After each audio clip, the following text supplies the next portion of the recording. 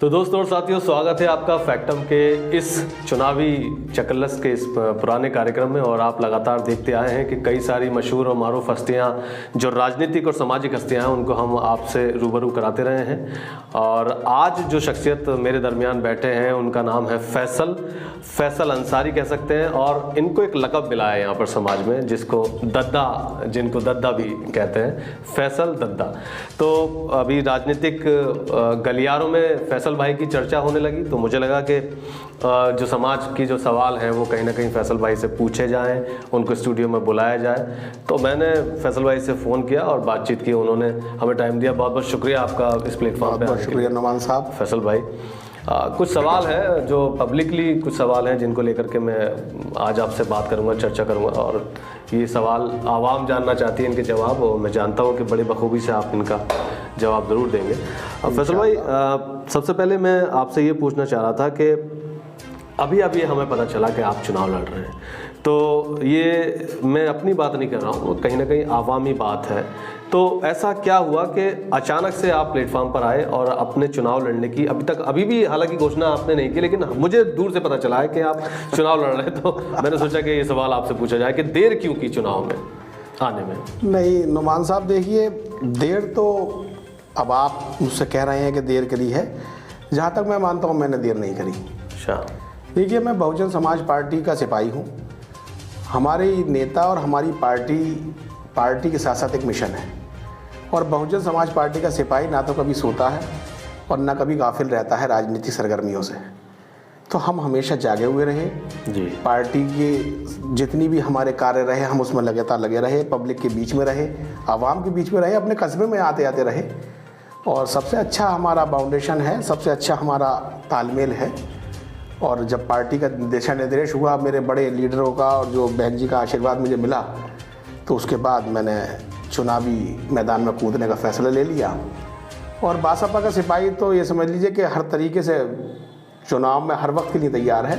चुनाव में हर वक्त के लिए। अच्छा, आप बसपा का जिक्र कर रहे हैं, इसका मतलब बीएसपी से कहीं ना कहीं कैंडिडेट हैं, क्योंकि आप पुराने कार्यकर्ता हैं और लंबे वक्त से कहीं ना कहीं किसी न किसी पद पर समय समय पर आप जी। बीएसपी में रहे हैं। तो मैं एक बात बीच में ये सवाल आता है कि हमारे यहाँ बिलारी में निकाय चुनाव में बीएसपी से कोई और दावेदारी कर रहा है यहाँ पर। तो ऐसे में मतलब वो तो काफ़ी समय से चुनाव के लिए पहल कर रहे हैं और प्रचार उन्होंने किया है, बसपा का तस्वीरें लगाई हैं और होर्डिंग्स लगाए हैं। तो ऐसे में आप तब कहाँ थे? मतलब आप कैसे कहेंगे कि आप प्रत्याशी हैं जबकि हाथी का सिंबल कोई और मांग रहा है बिलारी से निकाय चुनाव में? देखिए, ये तो आप भी जानते हैं कि जब चुनाव आता है तो हर पार्टी में बहुत से प्रत्याशी आते हैं, सब सिंबल मांगते हैं, मगर सिंबल एक ही को मिलता है। तो उसी कड़ी में हमारी राष्ट्रीय पार्टी है, हमारे भी जो हमारे बीच के भाई हैं, जो हमारे कस्बे के हमारे साथी हैं, वो भी अपनी दावेदारी कर रहे हैं। मगर ये अल्लाह का बड़ा एहसान है, उसका करम है, उस मालिक मौला का, कि इस बार मुझे पार्टी ने जिम्मेदारी दी है कि इस बार आप बहुजन समाज पार्टी के सिंबल पर बिलारी से निकाय चुनाव लड़ें।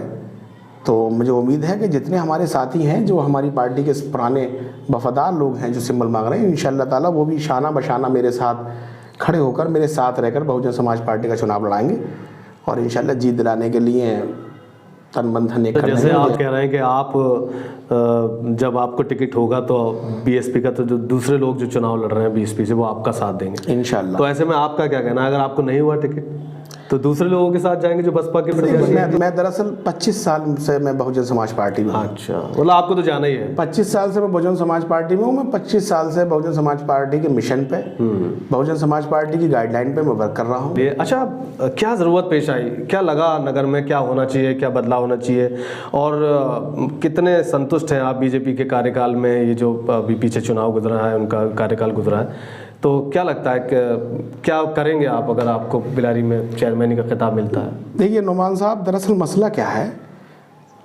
कि जितनी भी राजनीतिक ओहदे हैं, चाहे वो एमएलए का ओहदा हो, चाहे एमपी का ओहदा हो, उसमें बड़ा खुसूसी ओहदा होता है चेयरमैनी का और प्रधानी वगैरह का। चेयरमैन के लिए मैं बहुत बड़े वादे नहीं कर सकता। जो एमपी और एमएलए के जो काम करने के हैं, तो वो तो उनके बड़ा बजट का काम होता।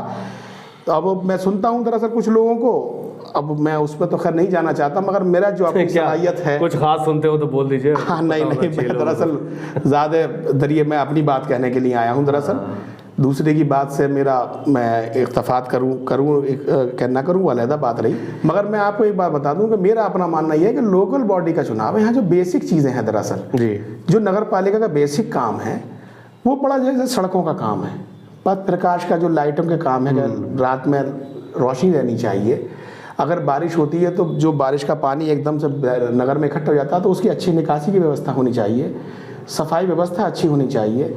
अगर कोई जैसे डेंगू है या कुछ दीगर तरीके की मलेरिया इस तरीके की बीमारी है या कोई बात है तो उसके लिए टाइम टाइम पे दवाइयों का छिड़काव होना चाहिए, फॉगिंग होनी चाहिए। अगर जाड़े हैं तो लोगों के लिए के साहब शयन कक्ष बनने चाहिए, लकड़ी पड़नी चाहिए चौराहों पे। तो दरअसल ये आदमी इन कामों को छोटा समझता। अगर मैं मानता हूँ अगर अच्छा चेयरमैन ही अगर किसी व्यक्ति को करनी है और इन बेसिक कामों को वो अगर कस्बे में बेहतर तरीके से अगर वो यूटिलाइज करा दे अपनी तरीके से जो गवर्नमेंट से जो उसे मिला है, तो मैं मानता हूँ कि इससे बढ़िया काम और जो है नगर के विकास में या नगर के व्यक्ति को इससे ज़्यादा एक्स्ट्रा काम चाहिए। फैसल भाई, ये सारे काम तो अभी भी हुए चेयरमैन के इस चुनाव इस कार्यकाल में ऋषिपाल सिंह। देखिए मसला क्या है, नहीं मैं दरअसल ये है कि अगर आप कह रहे हैं कि हुए हैं, मेरा अपना मानना यह है कि बिलारी उखड़ी ज़्यादा और बनी कम। उखड़ी ज़्यादा, वो कहीं ना कहीं टोरेंट की योजना और इसको कहीं ना कहीं अब दरअसल ये तो हर बार आती है। देखिए बिलारी में ऐसा जो बाहर की स्कीमें हैं, जो गवर्नमेंट की बड़ी स्कीमें हैं, वो तो हर बार आएंगी, हर बार चेयरमैन में आएंगी। बिल्कुल। आपका बढ़िया नेतृत्व तो ये है कि आप ऐसा काम करें कि हमें जो पब्लिक ने चुना वो अपनी सहूलत के लिए चुना जी। हम अपना पल्ला इस बात को कहकर नहीं झाड़ सकते कि ये गड्ढा नुमान साहब ने कर दिया, ये गड्ढा हमारे जो भाई बेटे साहब इन्होंने कर दिया, ये इन्होंने कर दिया। ऐसा नहीं है।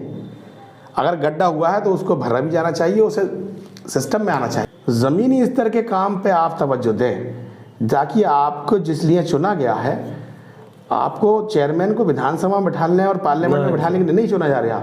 चेयरमैन को बिलारी ही उसकी विधानसभा है, बिलारी ही उसकी पार्लियामेंट है। जो नगर पालिका का दफ्तर है दरअसल चेयरमैन का और मेंबर्स का तो जो भी कुछ है वो यही तो है। तो यहाँ के लिए पब्लिक ने चुना है, तो जो यहाँ के लिए चुना है तो इसी स्तर के लेवल के कामों पर तवज्जो दी जाए और उसे बेहतर तरीके से करके और उसी का फ़ायदा पब्लिक तक पहुँचाना हमारी ड्यूटी रहेगी। अच्छा फैसल भाई, चूँकि चुनावी बिसात अलग तरीके से आप देख रहे हैं, जिसकी वजह से आपने कहा कि चुनाव में एंट्री आपने की है, तो जैसे गुड्डू साहब जिशान आलम गुड्डू एमएम पार्टी से लड़ रहे हैं, पीस पार्टी से भी शहलाबाजी जो है वो प्रत्याशी घोषित है, और भी कुछ लोग लग रहे हैं, और अभी क्या कहते हैं साबिर हुसैन बच्चे हैं वो समाजवादी पार्टी से टिकट मांग रहे हैं, रघुराज सिंह यादव है वो भी समाजवादी पार्टी से टिकट मांग रहे हैं।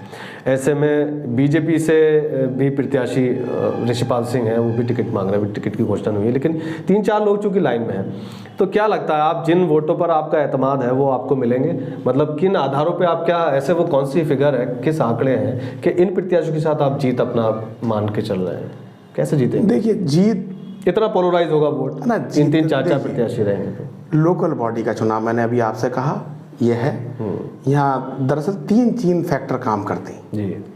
एक फैक्टर आदमी की फेस वैल्यू है, समाज में किस तरीके से रहा है, बिल्कुल, उसकी क्या कारकर्दगी रही है, क्या उसका माशराई, क्या उसका अपना जो उसने जो कुछ कमाया है माशरी तौर पे अपने जाति जो उसकी शख्सियत है उसके ऊपर वोट मिलता है। बिल्कुल। दूसरा वोट मिलता है उसे पार्टी बेस पे, ठीक, कि वो किस पार्टी को बिलोंग करता है, क्या पार्टी बेस है, उस पर वोट मिलता है। तीसरा वोट मिलता है उसके मेहनत और संघर्ष पे, उसकी टीम में, उस टीम वर्क से। तो मैं इन तीनों चीज़ों में मैं इस तरीके से मानता हूँ कि मुझे अल्लाह का बड़ा एहसान है। मैं सोचता हूँ कि जो मैंने अपनी आज तक कोशिश की है बस्ती में रहने के बाद, जो भी मैंने अपनी कारकर्दगी मेरी रही है जी, अल्लाह करम से मैं मानता हूँ कि वो लोगों के सामने है। दूसरा मैं सबसे मेन पॉइंट जो मेरे चुनाव का जो मैं आपको आपके चैनल के माध्यम से अपने पूरी बस्ती को और पूरे लोगों को यह पैगाम पहुंचाना चाहता हूं। बड़ा अच्छा सवाल करा आपने, मेरा दिल बहुत खुश हुआ इस सवाल से कि आज की हालत में जितनी पार्टियों का आपने नाम लिया वो एक भी पार्टी पे अपना आज की हालत में कोई भी जनाधार टिका हुआ नहीं है। बसपा का कहाँ है? बसपा भी तो बिल्कुल बैकफुट पे गई, एक सीट नहीं उनके खाते में आई है। बसपा चाहे एक सीट रही हो, जीत ना पाई हो इलेक्शन, मगर बसपा का जो आज बेसिक बोर्ड है, जो आधारिक बोर्ड है, जो बसपा का अपना निजी वो तो बहन जी ने भी कहा अपने बयानों में चुनाव के बाद, दरअसल वो आज भी अपनी जगह मजबूती से खड़ा है। इससे पिछले चुनाव में निकाय चुनाव आप इससे पिछला देख लें तो आप ये देखेंगे कि बसपा ने क्या आपके सामने बसपा ने अपना जो है रिजल्ट दिया। उस वक्त में भी जो बहुजन समाज पार्टी का जो वोट था, जो बेसिक जो बेस वोट था हमारा बीएसपी का, वो अपने प्रत्याशी के साथ अपनी पार्टी के साथ लगा रहा। आज की हालत में यूं कि बिलारी में वोट बढ़े हैं, हर बार बढ़ते हैं, 5 साल में बढ़ जाते हैं, तो उसमें भी हमारे वोट बहुत अच्छी तरीके से बढ़े, बड़े अच्छी तादाद में हमारे वोट बढ़े हैं। और हम तो ये बात मानते हैं कि मैंने अभी सबसे पहले कहा, लोकल बॉडी में आदमी की शख्सियत पर चुनाव भी होता है, पार्टी की शख्सियत पर चुनाव होता है, फिर उसकी टीम की शख्सियत पर चुनाव होता है। मेरा अपना मानना है, बाकी लोग कुछ भी कहें, मुझे उन पे मैं कंट्रोवर्सी में नहीं जाना चाहता। सबका अपना राय है, मशवरा है सबके। मेरे चुनाव का मेन चीज़ ये है कि बहुजन समाज पार्टी का जो बेस वोट आज बिलारी में है, वो अल्लाह करम से मेरे साथ खड़ा है, और उस वोट के साथ इंशाअल्लाह ताला मुझे उम्मीद है अल्लाह की ज़ात पे कि बिलारी के लोग उसे समझेंगे। मैं अपने पैगाम को अपने भाइयों तक, मैं अपने अजीज़ व अकारीब तक उसे पहुँचाने की पूरी कोशिश करूँगा, और इंशाअल्लाह ताला वो इस बात को समझ के, और मुझे उम्मीद है कि इंशाअल्लाह ताला, मतलब आप ये घोषित कर रहे हैं कि बहुजन समाज पार्टी का लगभग 1800 वोट लगभग ज़्यादा है। चलिए एक फिगर अगर आपको सही नहीं पता तो शायद मुझे भी 1000 मान लेते हैं, 1000 वोट नीचे खड़ा है। अब और इसके अलावा जो आपके पास जो और मुस्लिम वोट बैंक है 1000 वोट से ज़्यादा है बहुजन समाज पार्टी का, तो मैं आज की हालत में जो है वो जनाधार मानता हूँ कि इंशाअल्लाह ताला आने वाले टाइम में चुनाव में आप देखेंगे कि लोग अपने अंदाज़ से ज़्यादा बहुजन समाज पार्टी दुगनी नहीं, वो जो एक बेस वोट बैंक है उसकी हम लोग बात कर रहे हैं। लेकिन ये जो पोलराइज वोट होगा, आप ये समझिए मुस्लिम धड़ों में कई सारे वोट बढ़ जाएंगे, तो उससे पोलराइजेशन को कैसे रोकेंगे फैसल भाई? चलिए बीएसपी का वोट आपको मिल जाएगा। नहीं, दरअसल ये ऐसा नहीं है। अच्छा, ये लोगों ने दरअसल ये गलत धारणा लोगों ने बना रखी है। एक किसी के कहने से क्यों बढ़ जाएगा वोट भाई? बढ़ता है। इससे पहले देख लीजिए पिछले चुनाव के आंकड़े आपके सामने। देखिए, समाजवादी पार्टी का चौथे नंबर पे कैंडिडेट था, आप बहुत अच्छे, पीस पार्टी का दूसरे नंबर पे कैंडिडेट था, तीसरे नंबर पे एमएम पार्टी का कैंडिडेट था। बहुत तो ये तो होता है। बहुत अच्छे पत्रकार हैं आप, और बड़े सुलझे हुए पत्रकार हैं। ये आप जानते हैं कि शतरंज की तरह जब बिसात हर दफ़ा जब नहीं लगती है, तो आप हर मोहरे को पिछली बार की तरह नहीं खेल सकते। मतलब आप ये कह रहे हैं कि आप आए हैं मैदान में तो बिसात बदल देंगे, कहीं ना कहीं आपका शतरंज जो है अलग तरीके से चलेगा। नई बिसात बिछी है। नई बिसात, और इसका जो पूरा जो आप पिछली वाली गेम से इस गेम को आप नहीं जोड़ सकते। इसमें आप इंशाल्लाह देखेंगे कि बहुजन समाज पार्टी बहुत मजबूती इसके साथ चुनाव। अच्छा, किससे फाइट मानेंगे फैसल भाई, ये बताएं, अगर आप चुनाव लड़ रहे हैं? देखिए, दरअसल क्या है कि ये इंटरव्यू अभी आपने इसकी शुरुआत करी कि मैं बहुत देर से आया या मैंने देर से एंट्री की।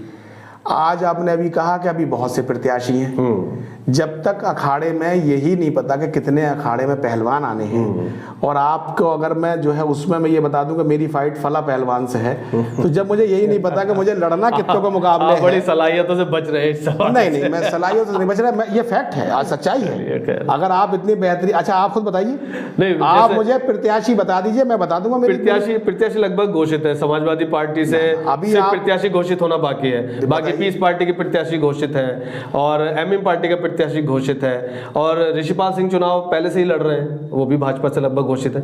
तो बस एक ही तो पार्टी का प्रत्याशी बचा है, आप और बसपा से आप ही दावा कर रहे हैं। गारंटी बचा कौन? अच्छा, गारंटी देते यही रहेंगे प्रत्याशी ना गारंटी देते हैं आप? मैं किसी पॉलिटिकल पार्टी का कोई मैनेजर नहीं हूं, इसीलिए देखिए, इसीलिए मैं ये कहता हूं कि दरअसल मेरा एक अंदाज है, मैं मजबूती से अपनी बात को रखना चाहता हूं। आरक्षण क्लियर हो जाए या फिर पार्टियां घोषित कर प्रत्याशी घोषित कर दें।